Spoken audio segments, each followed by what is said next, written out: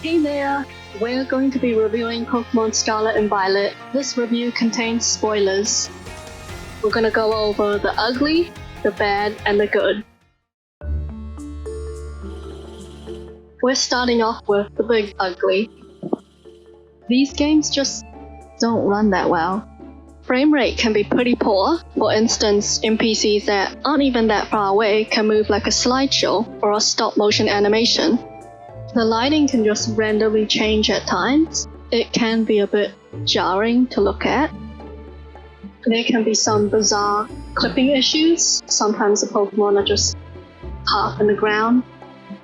Sometimes the camera will get stuck at a weird angle, so you'll see the bottom half of the screen every once in a while. I even witnessed fish swimming on land. There are some new speedrun tactics to enjoy this generation. I think the actual Pokemon and character models are not bad for the most part, but the environment is a different matter. So the environmental textures can be really low resolution and really pixelated, or just kind of bland. I didn't have online, so I didn't see the co-op glitches, but I am aware that the co-op glitches do exist. The big ugly of this game are its performance issues. Let's look at the bad parts now. So the boxes will lag when you're opening them and take a second or more to load all of the Pokemon. The initial facial design customization is more detailed, but the customization of clothing in this game is very poor.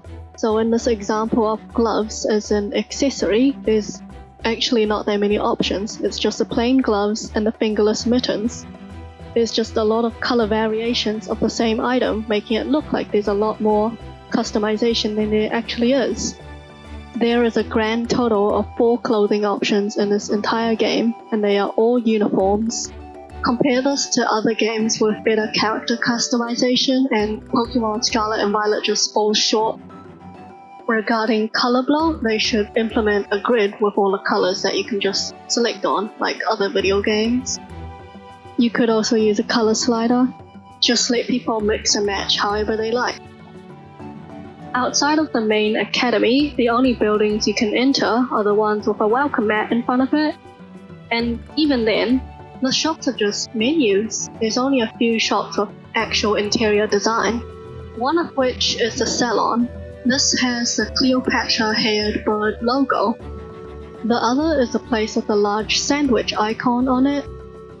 Outside the treasure eatery and those 2 shops, every other shop is legit just a menu.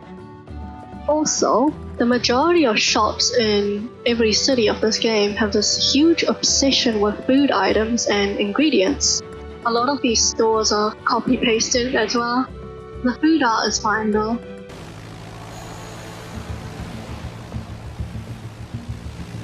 Again? I would at least expect voice acting for cinematics like this. Imagine watching a movie and you can see the people's mouths move, but no words are coming out. Voice does drive a lot of the performance. As good as visual technology is, the human voice can convey a wealth of nuance and emotional subtext. Good voice acting is part of what makes a game immersive. I hope in the future, the game developers are willing to try incorporate voice acting. So those are the negatives. Let's look at the positives, the good stuff about this game. Despite the issues, this game can be pretty fun to play. This game is really open world, in which you are free to go anywhere you want, at your own pace.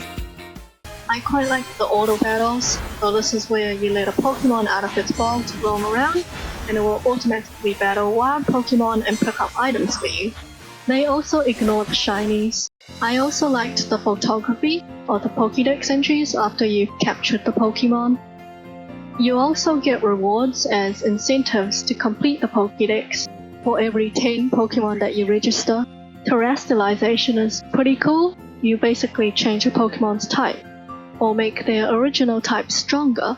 I think it has significant potential for competitive, if that's what you're into. The Terra Raid battles can be extremely challenging PvE content. but I appreciated how the AI were decent, so you can solo these raids by yourself. There's also 100% catch rate too. I think the only gripe I have is that the terrestrialization animations take too long. The actual designs of the creatures themselves in my opinion, will always have hits and misses. Shout out to Tatsugiri, the sushi dragon. This Pokemon is just so kawaii. It has this really concerned expression in its eyes. Tatsugiri might not be strong, according to the Pokédex anyways, but it's super cunning and intelligent. There's something in that I really like. God, it is just so cute and adorable. It's definitely one of my favorites from this generation. Ceruledge is just so cool, but I would not sleep on Armarouge either. Taking clear inspiration from their Mega Evolution designs, Roaring Moon and Iron Valiant are the best Paradox Pokemon of the past and future, respectively. I liked how they combined Gardevoir and Gallade. Iron Valiant basically has their secondary typings. One of the first games that come to my mind when I think about good video game music is Nier Automata. There's a reason why that game's music is critically acclaimed. That being said, I think Pokemon Scarlet and Violet's music is not bad. There's opportunities for you to become closer with the teachers of the academy. You can take classes, listen to lectures, study for your midterm tests and final exams. If you cut school, this is your chance to come back and enjoy School Simulator. Clive is fabulous.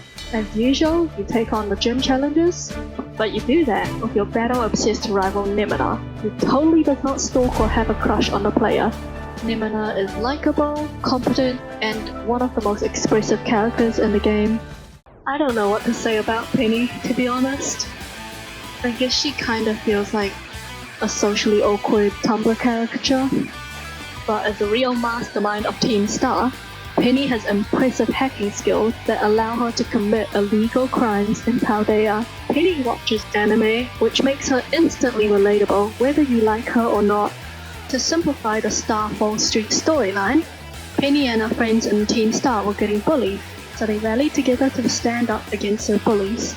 Their bullies got scared, left school, and made Team Star look like the villain to the academy. Arvin is an excellent cook. He also happens to be the son of an esteemed professor who prioritized work over family. He was distraught that his dog Mabosstiff was not getting better. Anyone who's had a pet in their life could relate. In his research for health food, Arvin finds out about elusive Herba Mystica. He catches they're guarded by Titans. Out of all the mainline Pokemon games, Scarlet and Violet has the best story. You could argue, well, the bar for story in Pokemon games isn't high. But I think out of all the Pokemon mainline games, Scarlet and Violet stuck the landing. They really left the best part of the game for last. Area Zero feels eerie, haunting, and otherworldly. Near the start, we were asked to explore the region in search of our own treasure. Nemona's treasure is you as her true rival. Arvin's treasure is his pal Mabosstiff. Penny's treasure is her friends in Team Star. The game really went. Maybe the real treasure was the friends we made along the way. I quite enjoyed the whole group of kids, friends just bantering together and exploring the unknown. The legendary ride Pokemon has their own arc about overcoming their aggressive pal. We find out the truth about what happened to the professor. It's interesting that the AI professor was possibly more moral than a human counterpart when they considered the ecological consequences of letting past or future Pokemon run rampant. In fact, the human professor was driven mad and programmed the whole Paradise Protection Protocol to keep the time machine running. The battle against the AI professor and the aggressive legendary ride Pokemon can be very hype-inducing.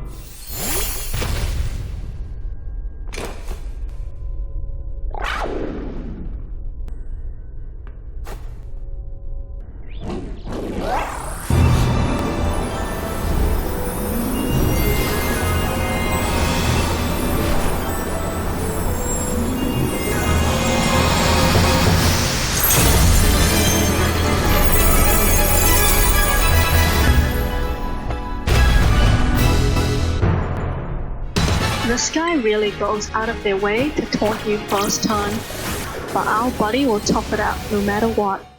The ending is incredibly cathartic. After beating up the mean ride dragon, the AI professor states that the time machine will only end when they're gone. They confess their true feelings to the main cast of characters, and they travel to the past or the future, seeking their own journey. Which brings me to my final point, adventure. This is your tale of adventure, not Leon's from Sword and Shield, who does all the fun things while you just do gyms. Not Lily's from Sun and Moon, where you get sidelined for her coming of age narrative. It is your story. And that's something I really noticed earlier in Legends Arceus. The feeling of adventure is what makes Pokemon Scarlet and Violet better than Generation 6, 7, and 8. Ultimately, it is your story, your adventure. You are the main character. You are the one who is free and has agency to explore the large region. Which is why this game is so fun to play.